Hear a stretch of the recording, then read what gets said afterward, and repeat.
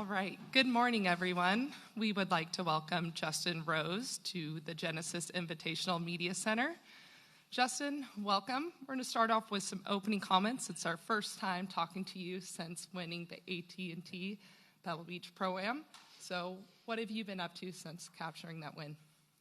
Been enjoying myself, that's for sure. Obviously, it was exciting to get back into the winner's circle and, maybe a bit of a scheduling glitch. I did run back to England in the last week since I've seen you all and kind of enjoyed it with the family and got to spend just a little bit of time with them and did my best to try to think about staying somewhat on, U.S. time, which is kind of conducive to staying up late and enjoying yourself. So that is good.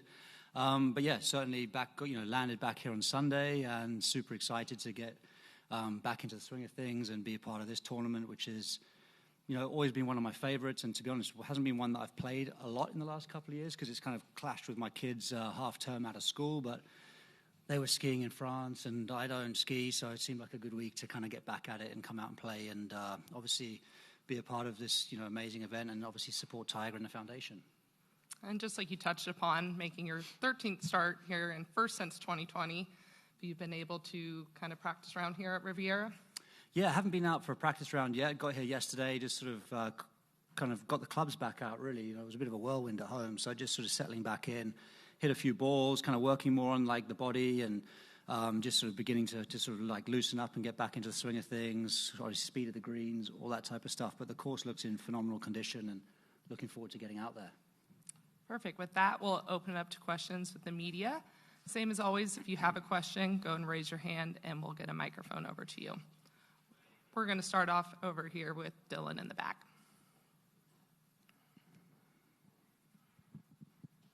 Yeah, Justin, I'm just curious now that you've had a little bit of time, what the win at Pebble means to you, and now that you've gotten some space to reflect on it, how that feels.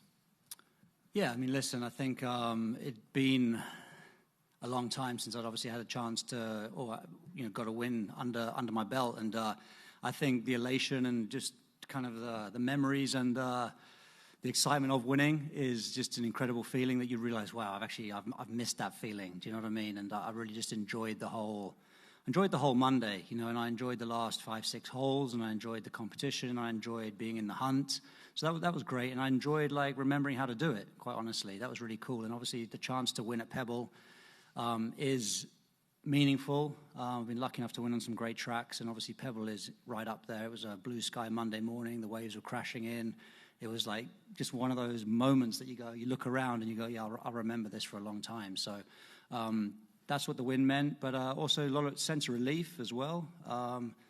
Been working hard. You always tell yourself as a golfer, you're trending, but ultimately you need a result at some point to kind of validate that mindset. So definitely like a little bit of relief and kind of gives me that confidence now to kind of like settle into the year and to readjust the goals and keep moving forward. Yeah, it's not always a straight line from obviously putting in the work to feeling that success. Is there anything now in hindsight that you can say, wow, because I did that, I was able to win? Or is it not that simple? It's definitely not that simple, but perseverance has always been one of the strengths in my career. I've definitely been through downturns in the past or tough, tricky moments, but just kind of keeping my head down, working hard, continuing to believe, always putting my trust in the process, really, and kind of having that deep-rooted belief that I'm good enough to do it, but on the surface, sometimes day-to-day, that can get challenged, but I've always believed inherently in myself, and, when my back's against the wall, I do enjoy the fight, so it's been a bit of a 12-rounder, but it's been good to kind of get through it. And we'll go up a row here with Bob. Hey, Justin. Do you look back on any aspect here since you got to number one and then kind of drifted down? Do you point to anything that's really obvious now that you did wrong? Maybe you went down the wrong path, or just something in your game that just slipped that now you go, yeah, I wish I'd addressed that, or what have you?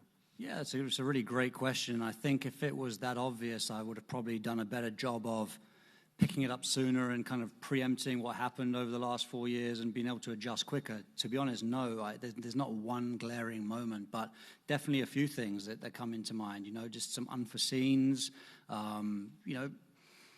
from a professional point of view, obviously you could look at equipment changes, caddy changes, coaching changes. All of those do have, make a difference. But you make those decisions, think you're going to making a difference in a positive direction. But obviously with the benefit of hindsight, you could look at many of those decisions and think they didn't always take me in the direction that I wanted. And I kind of feel like sometimes when you make a decision or two that don't go your way, you sometimes have to make more good decisions to right the ship. And hopefully that's been what I've been trying to do of late. Obviously, there's been other adjustments in my life. Kids are getting older, moving back to the UK, school over there.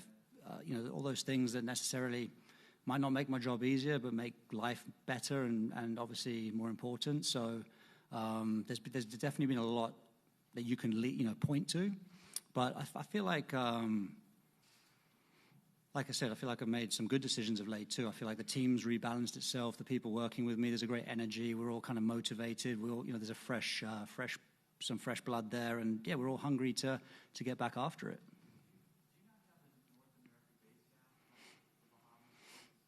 No, I'm full time back in England. Yeah. I mean, I have a little spot in the Bahamas, but we very rarely. It's more like holiday time and what have you. But it's a bolt hole. Should I need it? Yeah.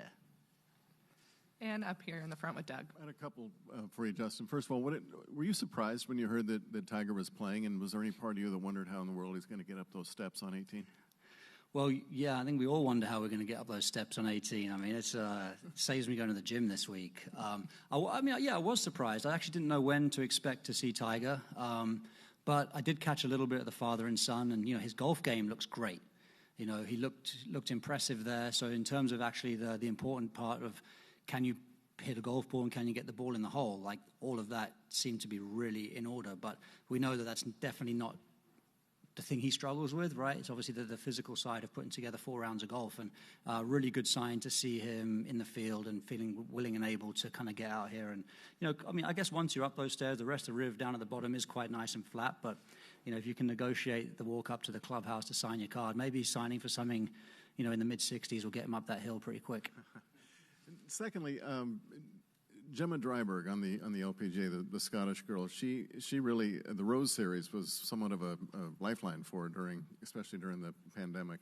I'm curious, if you've spoken to her, do you have any conversation with her at all? And secondly, how satisfying, I guess, it is to have a project in which you can see clear results like that. Yeah, I mean, that was she's probably a wonderful example. Well, she's the outlier, right? Obviously, we're not going to affect too many girls in that way, but, to see Gemma win on the LPGA Tour was unbelievable, and for her to reach out and actually say that she could trace back her confidence, I suppose, back to the Rose Ladies Series was something incredibly meaningful. And I think that's all the series was designed to do. It wasn't obviously designed to compete with any particular tour. It was just a way of getting, obviously to coin the phrase, getting back to work, because a couple of years ago, that's what everyone was talking about. We've got to get back to work. And obviously, as a golfer, it's not as simple as just flicking up the laptop and getting back to work. There's a skill set that needs nurturing and protecting, and that's all the Rose Ladies Series was designed to do, was to get a scorecard in the hand and give the ladies a place to play so they could prepare for when things got a bit more serious down the road and when big events came back online. So, she's a wonderful example of that. But, the willingness, I guess, for all of the ladies to commit to the series and kind of be dedicated to their craft, I think, has been the reason it's been successful. Did she reach out to you? Yeah, she did. Yeah, and she said exactly that she could trace back that momentum, I think, to some of those events and just getting that sort of winning feeling, back in her game. So yeah, that was a really touching story for sure. Moving to the back of the room, we have Dan, and then we'll go over to Ryan. There's a report this morning that you and Xander Schauffele are signed up for TGL for the new Monday Night League. As a guy who's been on tour for such a long time, what do you make of how quickly all these things are changing and these new initiatives are popping up? Yeah, I mean, obviously for a guy that's been on tour a long time like myself, like you're saying, I mean, I'm just trying to be cool in my household, with a teenage son, and obviously trying to sort of stay relevant with the young folk. But yeah, I think it's just a new exciting format, and it's an exciting way to see guys compete together in maybe an informal environment, but where there's the opportunity to have a little bit of banter and obviously some team spirit and camaraderie, and to do it in a way that doesn't detract from, I think, championship golf. I think it's just a beautiful blend and something I'm really excited to be a part of. And sticking in the back, we have Brian. Justin, I imagine that your priorities and motivation are different now than they were in your 20s. How have you been able to stay motivated and hungry at this stage of your career? Yeah, I mean, I was saying earlier, I always lean into the process, right? I've always believed that I can be a better golfer tomorrow than I am today, and I think that that's the main motivation that I have. And, I feel like I've been very fortunate in my career to have ticked a lot of boxes along the way, but I kind of feel like I want to prove to myself that I can do it again, in a sense, because, you go through different iterations of yourself, I feel like, and obviously, some water's under the bridge, and you think, okay, well, I've had to relearn a few things, and, I think sometimes when you achieve a goal, it might feel like you've achieved it again for the first time. So that's my challenge, and that's my kind of hunger to do. And yeah, I guess to keep it simple, it's just focusing a lot in and around those major championships. But, the game of golf is evolving, and I think it's creating new challenges and new opportunity that obviously I want to be a part of. And I think that that's motivated me this year to see the shifting in the game of golf and to kind of want to stay really, up at the forefront of that. Staying in the back, stick with the back right, and then we'll move up to Adam. Justin, you mentioned your equipment. You did a Instagram video kind of going through your bag and some of the things that you tweaked Pebble Beach Week. Did that flexibility, did it matter as much as it seems like it did? And is that something you're going to maintain going forward with your equipment? Yeah, listen, it matters. And I think that the things that really mattered there were my intuition and the feeling that I needed to put something in play that was just a little easier to handle, especially from a shaft point of view. I was having a little bit of a hard time hitting like the three-quarter shots into greens and things like that. I felt like I was just the current setup that I had in my bag was just feeling hard work. And who knows whether that's just I've played that spec for 10, 15 years, and 10, 15 years is a long time, and bodies change, physicality changes, all that type of thing. So I just began to have a bit of an intuition that I needed to tweak something. So having the flexibility to go in multiple directions, I think, was good. Obviously, that opens up a whole can of worms if you don't quite do it correctly. But, like I said, I think it was more of a spidey sense that I had that I wanted to play more of a combo set, something that would give me a little bit more forgiveness at the top end, and then obviously something slightly softer with the shaft to give me a little bit more ability to feel the shorter shots. So, I played with a couple lads on tour as well that I sort of like fiddling in their golf bag and picking out their clubs and seeing some brands, obviously, that I felt like really worked well with a combo set, which is not something that's new to me either. I think I said in the Instagram post that, I played a combo set back in 2013 when I won the US Open. So, it was just, like I said, it was just more of an intuition, but having the ability to have multiple options available to me was fantastic. We'll go here with Adam, MK, and then we'll finish up on the right side of the room. Also, a Ryder Cup year. How much of a motivating factor is that? And how did it feel to be left off the last team? How did you deal with that? Yeah, for sure. I think, Ryder Cup, big focus this year. Extra motivation for sure. I put myself in a position most years that I've made the team, most years, every time I've played in the Ryder Cup, I've qualified for the team. In the 2 years I haven't played the Ryder Cup, in that span, I've been not picked, so it tells me I better make the team. So that's motivation. Definitely hurtful, I suppose. Yeah, missing, because once you are part of a Ryder Cup, you want to continue to feel that feeling, and that locker room environment we don't get very often. So it is something incredibly special. Although the way it played out at Whistling Straits, part of me was like, might not have made much difference anyway, to be honest, by being there. So not a terrible one to have missed, other than trying to be there for the team, and I think that that's something that I really want to do. Obviously a home Ryder Cup especially is a fun one to be a part of, and in an iconic city like Rome will be incredible. What is the status of your back, and what have you done to get from, how it felt when you had a WD at the Arnold Palmer? So I think the summer really was just a bit of a niggle. I don't think there's an injury there per se at all. It was just kind of like golf was aggravating it, so I had to do quite a few things, I think, from a biomechanical, technical standpoint, just to alleviate the constant the nagging effect of what golf was giving me with my back. So, the turning point was sort of October, November. I took a lot of time away from competitive golf and actually hitting golf balls, and spent a lot of time in the gym and just kind of resetting.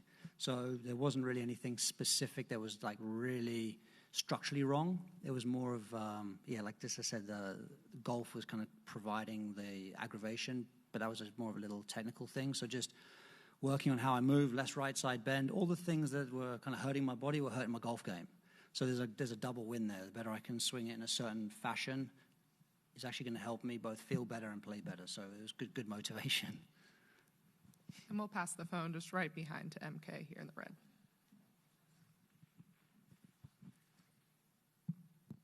Hey, Justin, over your 4 years going winless, did you ever doubt your ability to win on tour?